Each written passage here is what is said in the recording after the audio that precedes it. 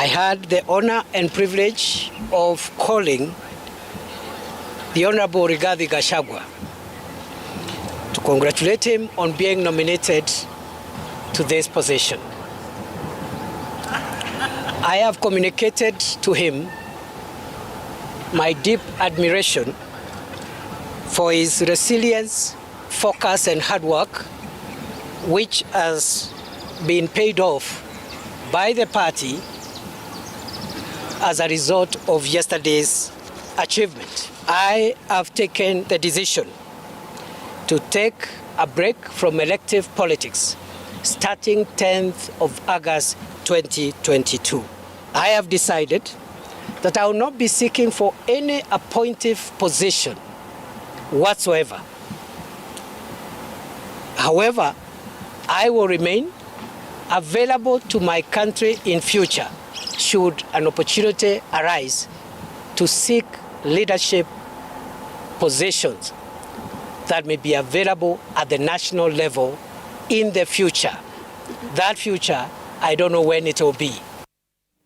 Well, from a possible running mate for Deputy President William Ruto to a sabbatical seemingly out of the blues. What next for Tharaka Nithi Senator Kithure Kindiki? Well, we speak to the Professor of Law and two-time Senator right now on Newsnight. Senator, welcome to the program. Many thanks for joining us this evening. Thank you for having me. We'll be discussing some of the statements that you made yesterday shortly. But first things first, I think we better start with the events of the weekend. And I'm sure it's a question everyone's been asking you.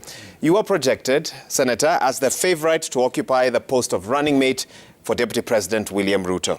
A post I imagine you were looking forward to occupying. What happened? What happened is that I did not succeed in that aspiration. But I am extremely grateful that I was fortunate enough to be a finalist in that exercise. I say so because this is a country of 50 million Kenyans. Our party is a party of millions of people. And I know there are very many qualified Kenyans, even within UDA and Kenya Kwanza, some even more qualified than myself, who did not have that opportunity that I had of not only being identified from a huge pool of party members to be in the initial list of 6 hopefuls, and even more important, out of those 6 to go all the way to be a finalist with my brother Rigathi Gachagua, who ended up taking the position. So I find that that was a very big privilege and blessing from God, and also a big step by our party to show that it really doesn't matter where one comes from. What matters is what you offer in terms of ideas for the country. So what happened is that there were a number of methods that were used. Help us understand the process. Some of your supporters are still aggrieved this evening. Walk us through the process. The process is complex for a number of reasons. For a number of reasons, because this has not been done for a long time in our country. The process of identifying running mates is a very new phenomenon in our country. So for our party, we used an array of methods. The first one was to try and figure out from opinion polls, those of us that were being mentioned. And so the party secretly, we came to find out later, secretly used opinion polls across the country to find out from our membership, those who are active in politics, who could be considered for running mates. And that's we assume from your statement that you emerged tops, from what you heard. Eventually, yes. And I'm saying there were various opinion polls done even before what happened the last 2 weeks. For the last 6 months, the party has been carrying out polls on this issue unknowingly to the party members. So through that polling and also conversations between party officials and the rank and file of the party, we were identified 6 of us, equally qualified, that is myself, Rigathi Gachagua, Speaker Justin Muturi, Ndindi Nyoro, Alice Wahome, and I think that's it, and myself, 6 of us. And what the party did, therefore, is to subject the 6 of us to further vetting. And the further vetting included further opinion polls and also electoral college, if you like, using the elected leaders, especially from the region where it had been agreed the running mate will come from, based on a number of things that had informed that decision. So in the polls that were carried out by the party, once the 6 were identified, it is true that I emerged on top. And in the electoral college? And before we go there, these opinion polls were first within Mount Kenya, 10 counties, and also within the 47 counties of Kenya. And in all of them, I emerged top.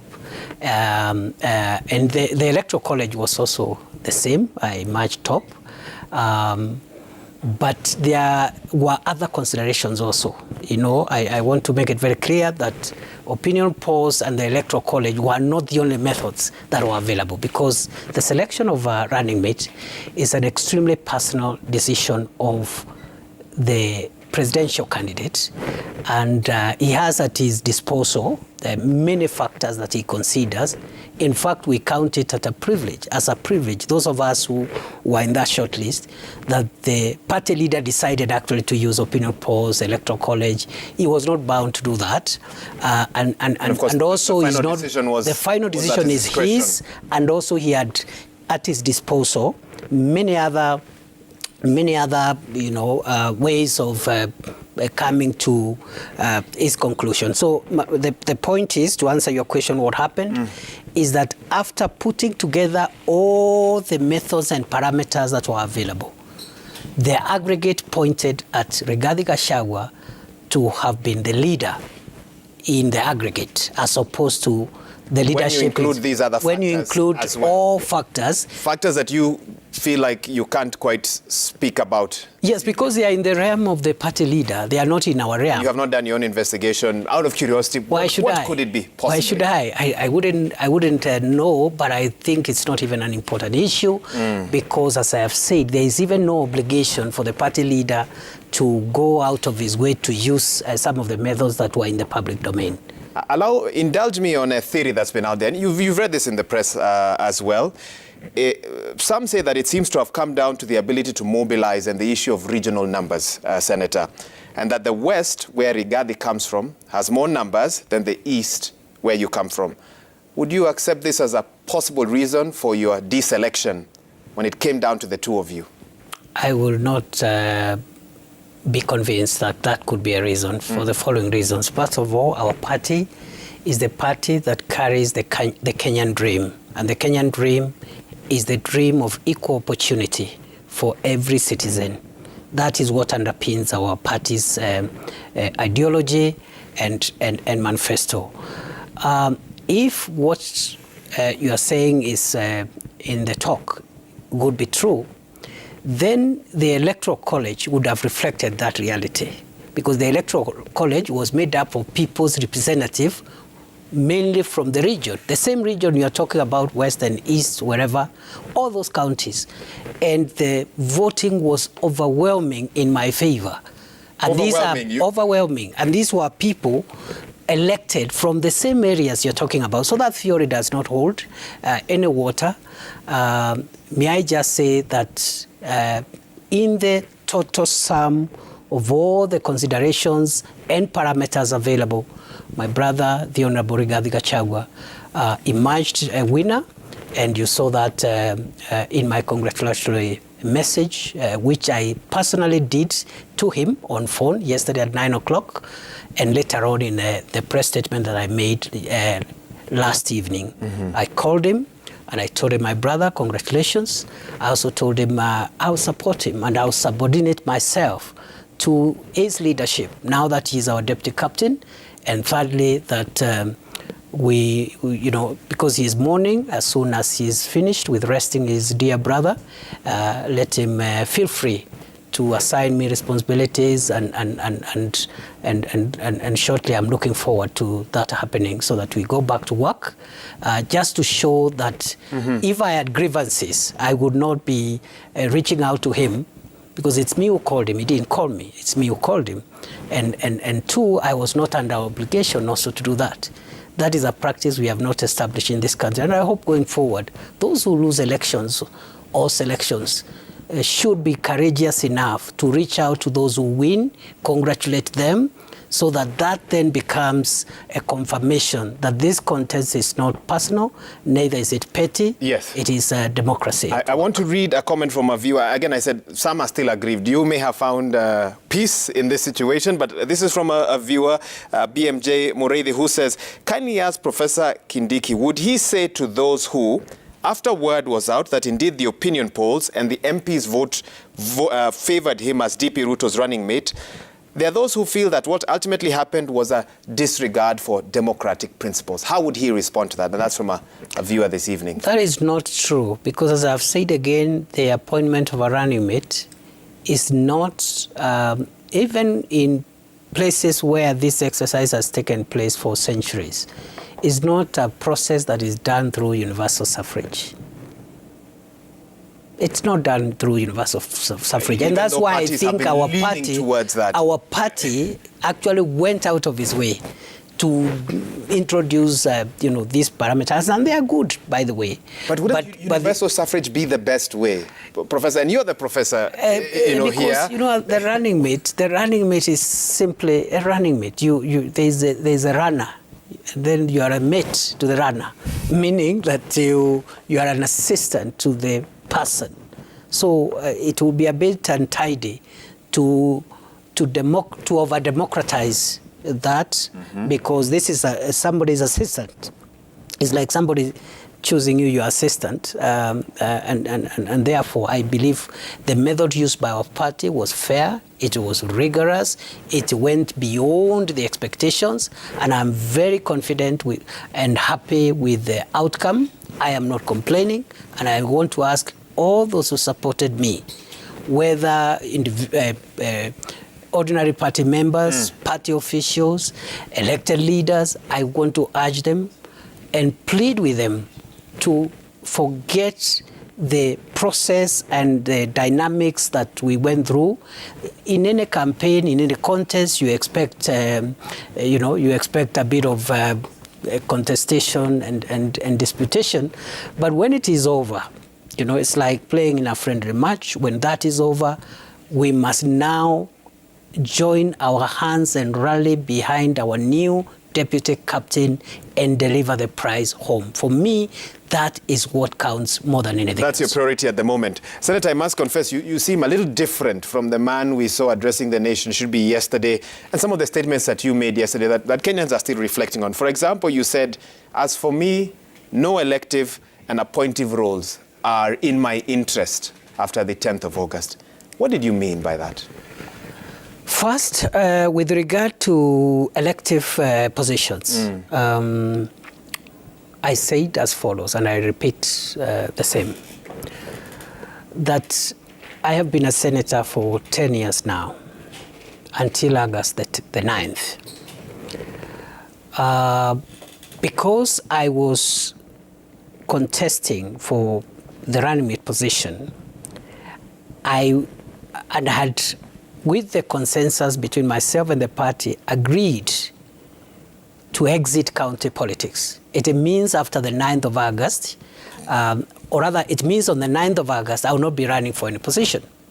So technically, automatically, I'm out of elective politics. So I have to take a break because I didn't get the running mate slot. I am not running for county, any county position. The timelines are already gone. And I made it very clear that that decision not to run for a county seat was a consensual decision between myself and my party. And therefore, I can't complain of a decision which I consented to. Talk to me about the appointive role. Now, so with regard to, just for the elective politics, I've seen some of the media reports saying that I have quit politics. And I remember repeatedly saying, I am not a quitter. I don't even understand what quitting means. I know this country, the fact that even somebody like me, with the kind of background I have, can come this far, speaks volumes about this country and the opportunity it presents for people who want to make their talents available to the nation. So, in terms of elective politics, I'll be back. But you're taking a break, but not you'll be back. On 9th, by design, not by default, by design, on 9th, I'll not be in the ballot. But in future, I'll be back in the ballot, and it's not in the county. So let's imagine it's not in the county. On 9th, the side that you support takes over government, and they want to offer you a position. You've told them as of your press statement that I'm not interested. No. I didn't say I'm not interested. I just said no. I have decided that I am not available for any appointive position. You stand by that tonight? Reasons. Oh, yes, I do. Yes, you do. I am very clear. When I make a public statement, I've thought about it over and over again. Extremely clear. I want to repeat, I am not available. And I said yesterday, and I repeat today, that is my decision. It's my personal decision. I have consulted with my family. I have consulted with those who ought to be consulted.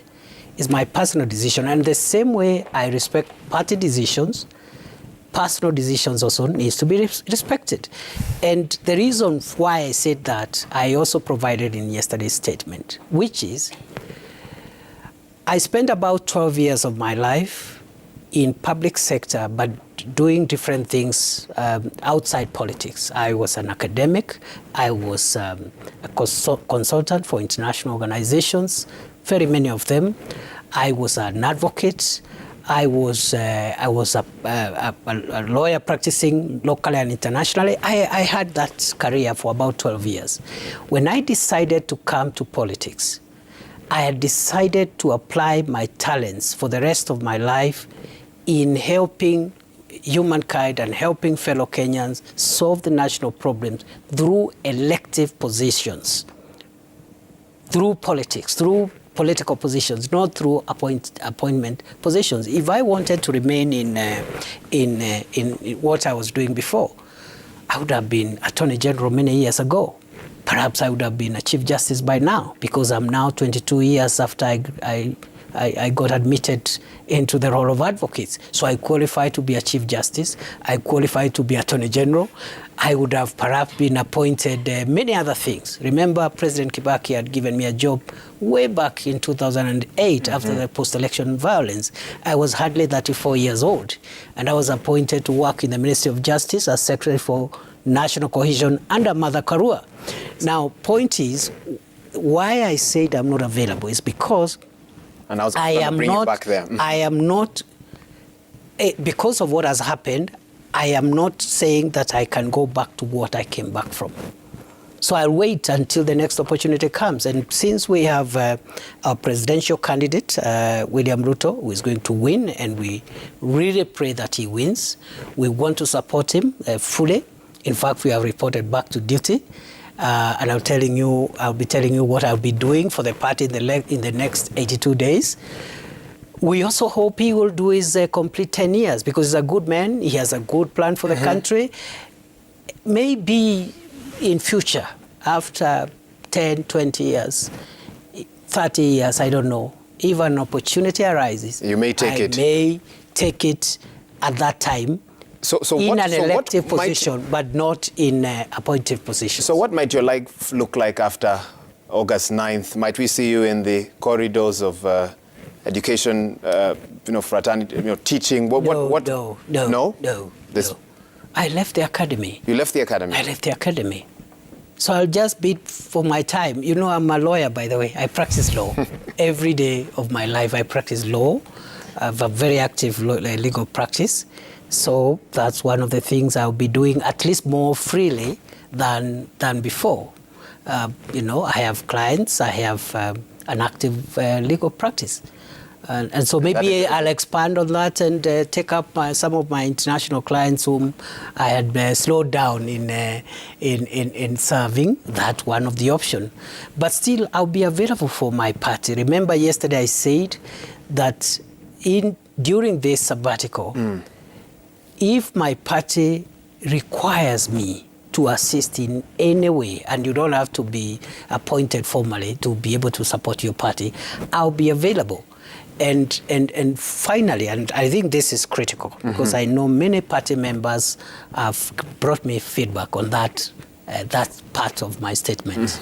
I want to clarify as follows, that remember when I decided to run for Senate for only 2 terms, I made it very clear from the beginning. Those who come from Tharaka Nithi know. When I was vying the first time, I told them I will go a maximum 2 terms and I'll exit the senatorship. So they knew 10 years ago that I will not serve beyond 9th of August 2022. And I honored my word, because I don't go back on my word. I believe in keeping promises, I believe in fidelity, and I believe in virtue and value. Okay. So I kept that promise. Let me just complete something I'm building here. I kept that promise, and I was asking myself during my second term, and remember, I was fortunate, I became a Senate Majority Leader.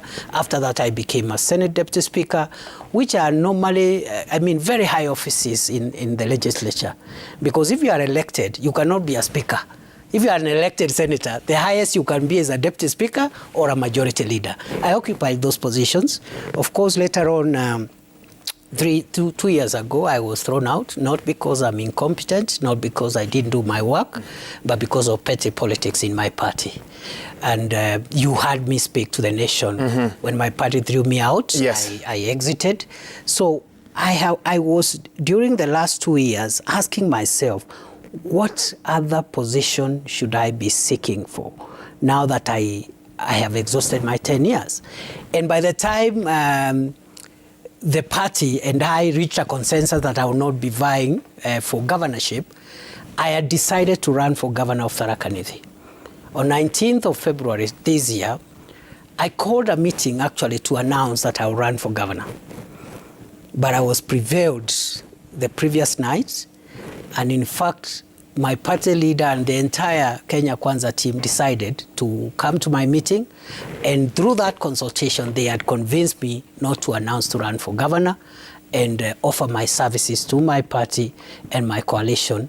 And that's how I found myself not announcing on 19th of February. But consensually, not through duress, not through influence. I am not the kind of person to be influenced by anybody. Senator, have you spoken? Not even the head of state. Have you spoken? Can force me take a decision that I do not believe in, or that I think is against principle or the public interest. On the back of that. So, yes. Have you spoken with your party leader since Sunday? Of course. Did he relay to you his decision before the rest of us got to hear about it? He did. What was your immediate reaction? I just told him that, in fact, when we left his premises the previous night, Saturday night. It was actually the same Sunday morning, because it was after we told the press we'll announce tomorrow. Yes. Myself, Rigathi Gachagua, and the party leader, and a few colleagues, we remained behind. We left that place at 4 a.m. And that's partly why I was late for the function, because we agreed 2 things. We agreed whatever decision he makes now that the stalemate has been unable to be broken, whatever decision he makes, either of us must accept it, myself or Rigathi. So I had no option. I had committed myself to accepting the outcome. So what happened is that I think there was a miscommunication. When we left there at 3:30 a.m., Sunday morning, we had agreed that the announcement would be done after church. So I went to my regular place of worship. His Excellency, the Deputy President, also went to a place where he worships. I think he went to a church within his residence. But the timing, I didn't get correct. So my church service delayed a bit. When I was in church, some of my colleagues who were supporting me actually texted me and said, by the way, the announcement has just started. Where are you? So I said, I thought we said after church. He said, no, it has started. Please hurry up. So when I left the church, actually before the service was over, okay. Then I saw a missed call from my party leader. I called back, he didn't pick. I went online, I found that he had started speaking, and that's why he didn't pick the call. So what I did is I texted him. I told him, boss, I'm sorry I'm late, but it will look untidy for me to drive all the way from NPC Valley Road all the way to Karen, I come late and cause a scene for nothing, because I knew already the decision, what it was, because he had told me the decision he has reached. He's a gentleman. He could not have surprised me, or Rigathi, for that matter. So what I did is that I asked for his permission. You heard him speak about my absence. I told him, proceed. I will do my concession in my way, because I know the press was there, and if I came late, that in itself would have been the news, other than what had brought us there. By then you knew, however, that your absence was the news. I know, but didn't I cure it yesterday? I did. And I had no obligation, by the way. As I've said, these things are not common in Africa. You know, losers disappear and they throw tantrums, and we know them. They are all over town. So I had no issues with being there and congratulating my brother. I had no obligation to call him the following morning. I could have fizzled out and gone back to my law firm and gone back to Salk. So I realized if I come late, an hour late, first of all, I'm a very disciplined Kenyan.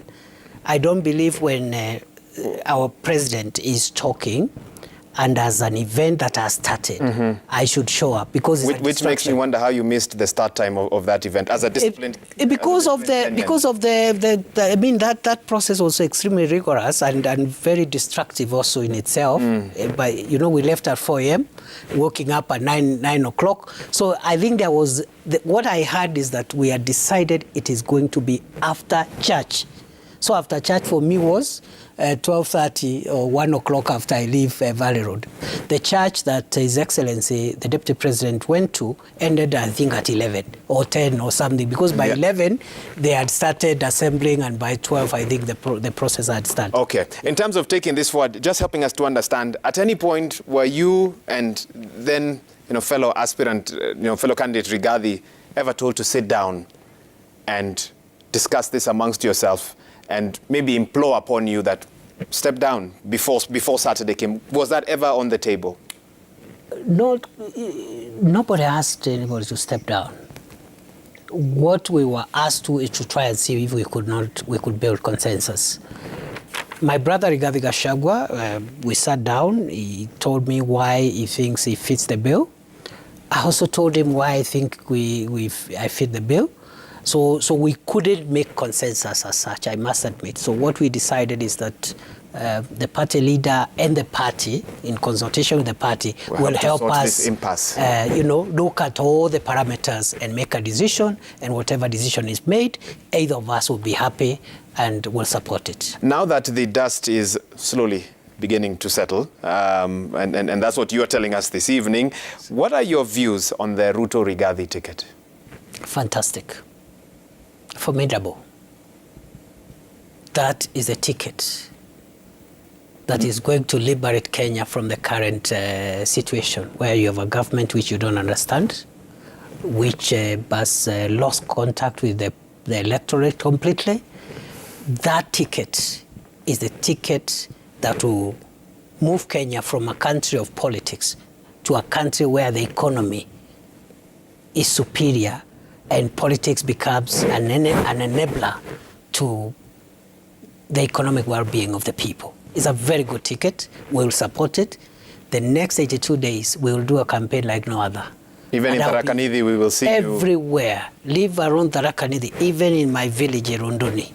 We will do a thorough campaign like there is no other, because we believe Kenya Kwanza, William Ruto, now with the entire team under Rigathi Gachagua, we believe that is the team that will help Kenya move to the next level. And I have no doubt whatsoever. My next logical question then would be, what are your thoughts on the Raila Karua ticket? I don't support the Honorable Raila Odinga. I've never supported him. I've never believed in his ideology. But surely you Mother Karua, crossed paths with Mother Karua. We crossed paths. I worked briefly with her in the Ministry of Justice. I know her as a person, as a professional. She is my senior in the legal profession. She's a decent person, and I have a lot of respect for Mother Karua. But I doubt that she will be able to turn the tide of UDA and Kenya Kwanza. Not even in Kirinyaga. I am afraid my elder sister, my senior colleague, Mother Karua, will not withstand the tide of Kenya Kwanza. It's too strong. So it's a people's movement. And for the first time, the use of ethnicity as the organizing principle of our politics has been dismantled. So those who think that my sister and my senior colleague, Mother Karua, can turn the tide of anywhere because she speaks a certain language are wasting time. So the reason Central Kenya and Kenya in general will vote Kenya Kwanza will not be because of X or Y. In fact, it will be in spite of. Now that you've mentioned Kenya Kwanza, I must ask you this. You authored the Kenya Kwanza agreement, which we actually got hold of as Citizen TV. Give us the thinking behind that particular agreement now that you're here with us in studio. Three things. It is true, I was at the center of that activity. In fact, it is not complete. It's not complete? In the sense that when we filed it on 8th of May, we have 12 days to supply certain additional information before the coalition is published by the registrar of political parties. So tomorrow morning I'll be going back to the party headquarters to make sure that that process is tidied up in terms of getting the resolutions of the constituent parties that gave rise to the consent for the party leaders to sign, etc., etc. So that process is ongoing, but the coalition agreement has been filed in accordance with the law, and the law says after that, within 5 days, the registrar will write saying what other supplementary documents are needed. The registrar has written. After the 5 days, there is another 7 days for the party, which are ending on Monday, for the coalition to supply those documents. Okay. Now, the thinking was as follows. What vision underpinned that document? That document is a conglomeration of the ideology of the three founding constituent parties, namely UDA, Ford Kenya, and ANC. As you are aware, UDA's ideology is on the economic reform using the bottom-up model, from the bottom upwards. ANC, on the other hand, believes in economic reform that empowers citizens to make sure that every citizen has money in the pocket. That is their slogan. Uchumi bora, pesa mfukoni. Ford Kenya believes in equality, which includes equal opportunity, including economic opportunities, usawa kwa wote. So the ideological confluence between those three parties is very strong in that coalition document. Number two, that coalition document has created certain positions, including the position of Prime Chief Secretary, whose functions are well spelled out in the coalition document. But for the first time, you heard our party leader reading out what would be the functions of his deputy. They are in that coalition agreement. And I want that thinking there is to have an office, if there is an extra office created to ensure smooth running of government, it should not bring conflict the same way the current administration has carelessly brought conflict between the office of a cabinet minister with the office of an elected deputy president. So that document thrashes out that problem. And that is an important point to make, but let me ask you this, and this is what was slightly confusing. First, help us understand the 30% offer for Musalia and Wetangula in that agreement. Yes, there's a target, because a coalition of parties is unlike a coalition party, must speak to how, in fact, is the law that requires the Political Parties Act, Schedule 2, on coalition agreements, requires the parties to disclose not only the governance structure, but also how, when they assume power, what parameters will guide, assignment of responsibilities in government. So it's not like the parties were trying to share spoils of government. It is a requirement of the law. So for Ford Kenya and ANC, it was decided that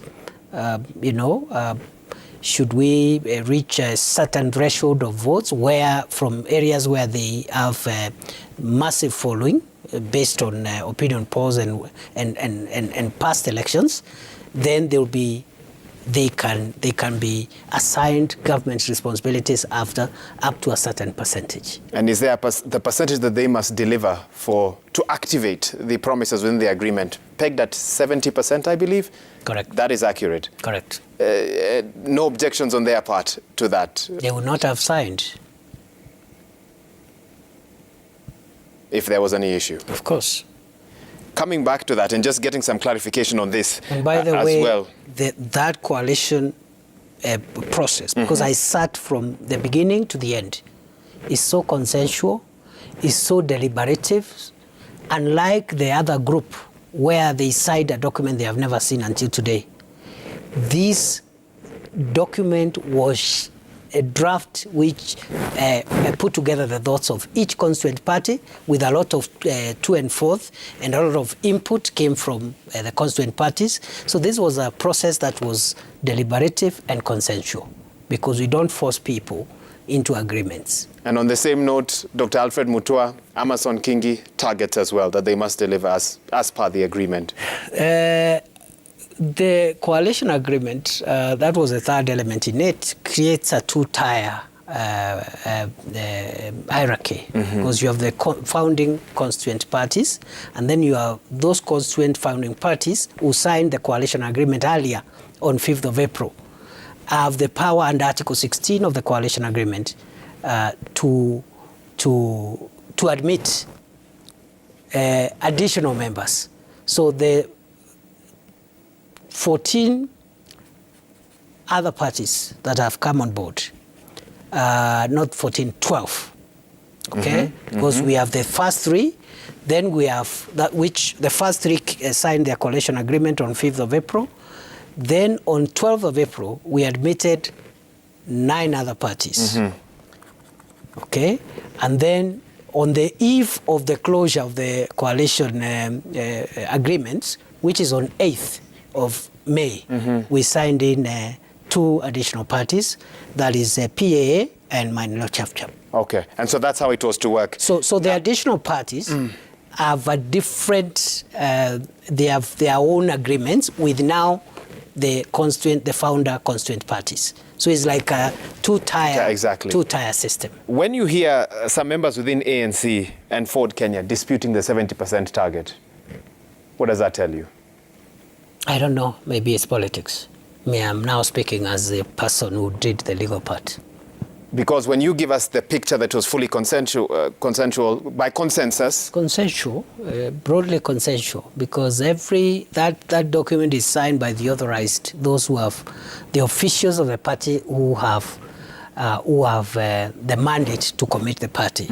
Now, some of the documents we are submitting to the registrar this week, by Thursday, by Friday, some of the documents and we have received from ANC and for Kenya already, includes resolutions of the NEC authorizing the officials to sign, the minutes of the meeting, the notice of the meeting that convened those organs, their list of attendees.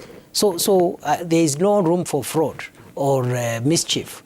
Even a party perhaps acquired, or rather joined the coalition mischievously without meeting those rigorous requirements, they will be struck out.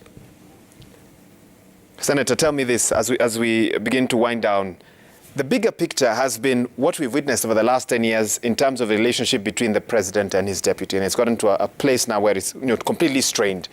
Is there anything at this stage that you feel would make or reduce this friction as part of presidential politics going forward?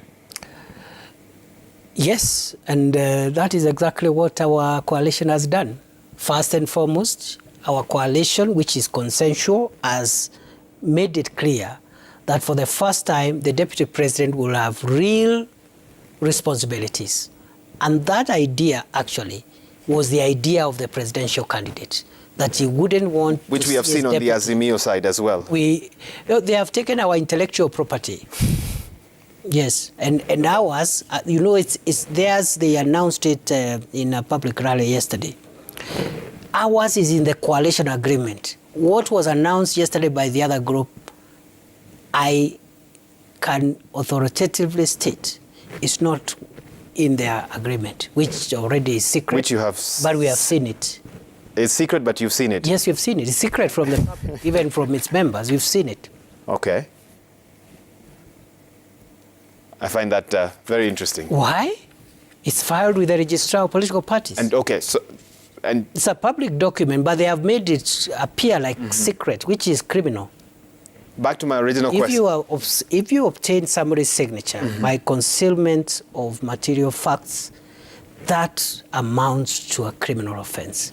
And there is a case now by one of our constituent parties, PA. The judgment is on 24th of May 2022. Most likely, the Azimio agreement will be declared null and void, just like the BBI and all the illegal things that the handshake partners have been doing for the last 2 years. It's before the courts. We'll wait for the courts to that is my assessment as a lawyer. That is my assessment, and that's what our lawyers have submitted in court. Okay. Which takes me back to my original question, the friction between a president and his deputy. And you were crucial even in what Jubilee became and where Kenya Kwanza is headed now. Any solutions in terms of ensuring that we will not have a repeat in the days to come? The solution first is every presidential candidate must declare and commit that they will respect institutions. In fact, if you look at our guiding principles in Kenya Kwanza, one of the very prominent things that we have committed to is to leave independent offices, constitutional offices, and independent institutions be left to work. We have made that commitment in our coalition agreement. So the solution lies in public commitments by those who want to lead this country, that they will not try to misuse public institutions, they will not try to kill public offices the way my former party has completely ruined the office of the deputy president. And I hope my brother Rigathi Gachagua, with our leader William Ruto, will work extremely hard to rebuild that office, because it's in shambles and it is also a breach of the Constitution. What President Uhuru Kenyatta has done amounts to a breach of the Constitution. It is an impeachable offense. In final words now, and a few viewers asking these questions. One viewer asking right now, is he available? Is he not available? Please clarify. They may have missed that part, so let me still fire that. For what? Whatever duties. I thought I said I'm there. You're there? Yeah, and I'm reporting back to work tomorrow. It's just yesterday and today when I was just trying to reorganize myself. And if after August 10th the party requires you, I'll be available.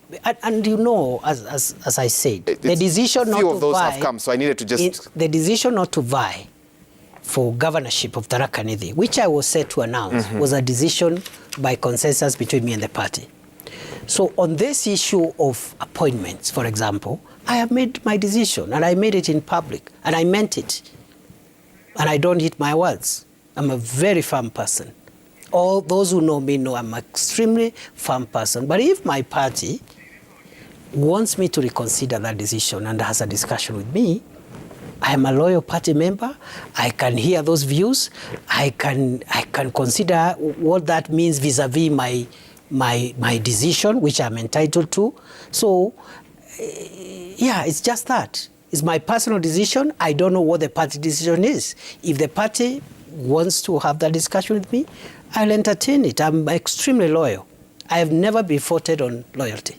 I may have so many shortcomings. One of them is not disloyalty. Professor Kithure Kindiki, Senator Tharaka Nithi, thank you so much for your time. We have some feedback, I hear? Yes, let's take those as we begin to wind down. These are some of your thoughts and comments. 22422 is the SMS line, hashtag Newsnight. Amaganga Mustafa, you say he is have we put that up? Okay, let's put that up again.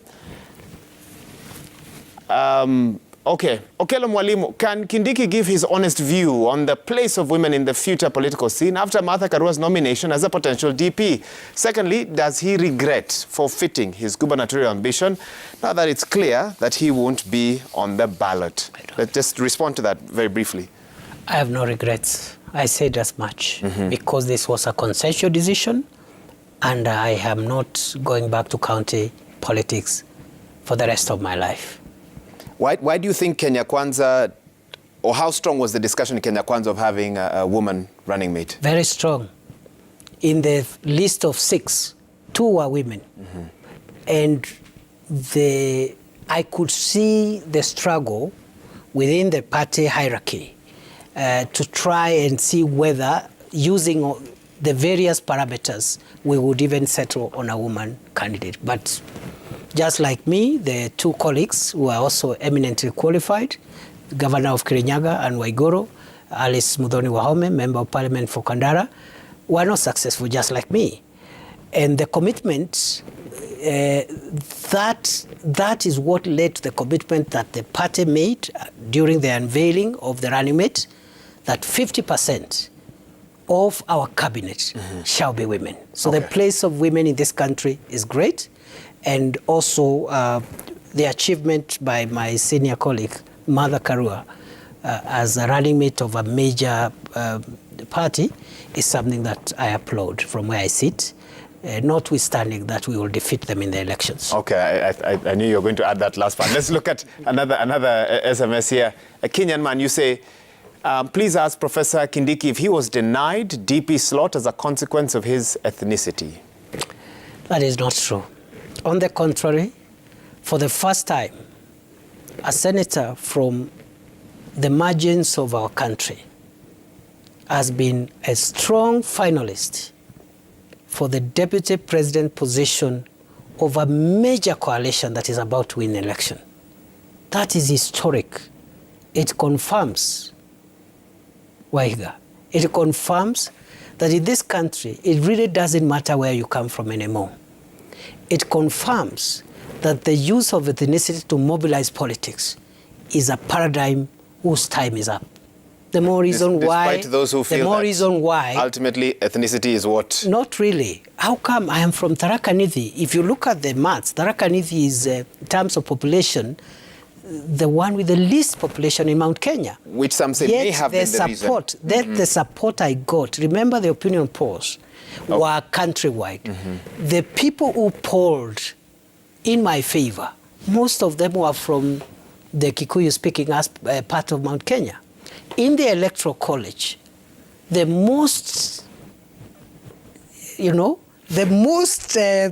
supportive members of parliament and senators were not from Tharaka Nithi, they were not from what you are calling East or West, they were from the direction where my brother Rigathi Gachagua comes from. That proves that actually our party has trailblazed. In fact, just I know we are short of time, that should explain why William Ruto, who doesn't come from Central Kenya, enjoys fanatical following.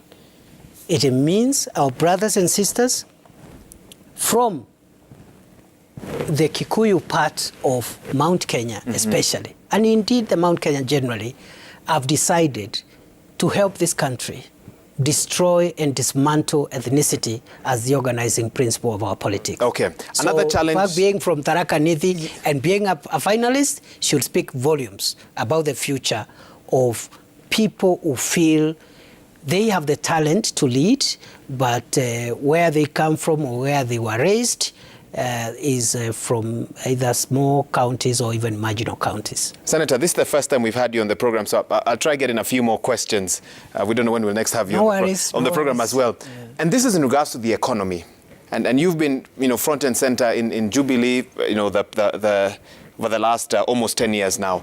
As part of the government, which Deputy President William Ruto still remains in, do you take any responsibility for the state of the economy today? I don't. For the following reasons. During the first term of Jubilee, it is true that the country borrowed quite a bit, for example. We met the debt at 1.8 trillion. Mm-hmm. We raised it to 4.5 trillion in 5 years. Actually, by 2017, it was 4.5 trillion, sorry. Mm-hmm. Mm-hmm. During the first term also, there were significant achievements in terms of infrastructure. For example, TTIs. We were able to build nearly 130 technical training institutes in 5 years across the country in 130 constituencies. Do you know what many remember about the first term? Yes. They remember the term Sky Team, group of politicians moving around the country, and you are said to be a member of that. Yes. And some say when the Sky Team was in control, that is when a lot of things went wrong in regards to our economy. I will not, I'm not privy to the team you're talking about. You were not a member of any? Whoever, I don't even think there was anything like that. Those were, I think, would be rumors or the political gossip, whatever it is.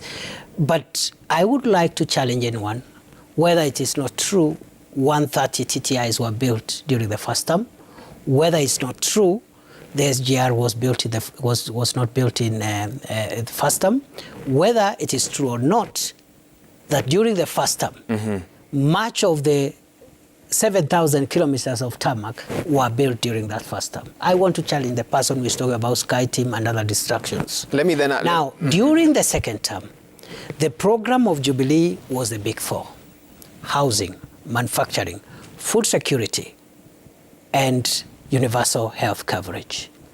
I am a sad Kenyan. And immediately after the election, President Uhuru decided to break our party. He invited the opposition. He chased all his friends and those who have loyally stood with him over the years, even when when his popularity was not as it was. So when he got his second term, he got fed up with all of us, including his deputy, chased all of us, invited the opposition. And the big four agenda, I want to challenge those who are supporting President Uhuru Kenyatta now to tell me how many houses under the housing program have been built in the last 5 years, mm-hmm.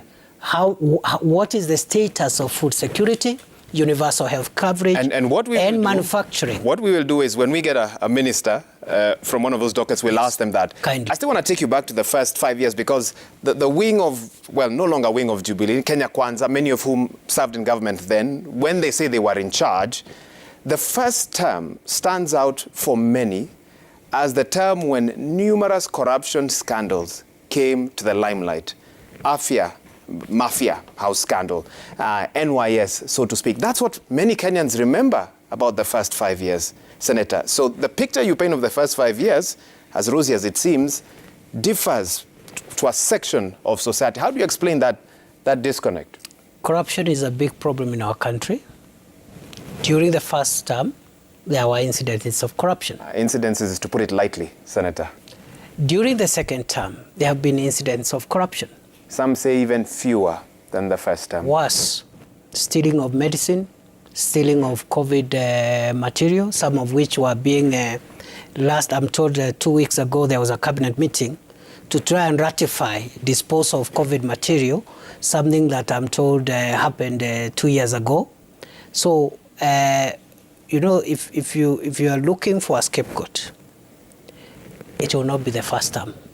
If you're asking whether there were incidents of corruption in the first term, the answer is yes. In 2016, and in fact, in 2016, Senator, since you're a man you're an academic. Absolutely. A Geopol poll found out that at least 50% of Kenyans were concerned that the country was headed in the wrong direction. Yes. And their key concern was corruption in government. And I have that information. I can send it to you after this. No, I believe you. I have no reason to doubt you. Which Kenya is that in comparison to the Kenya you speak of today, of those first 5 years? Because that's the Kenya that Kenyans out there in the streets, the Bamamboga, the Boda Boda, were talking about in 2016, almost 5 years into the first 5 years of As that Jubilee report you're referring to, has it also captured the fact that between 2018 March and now, President Uhuru Kenyatta and his brother,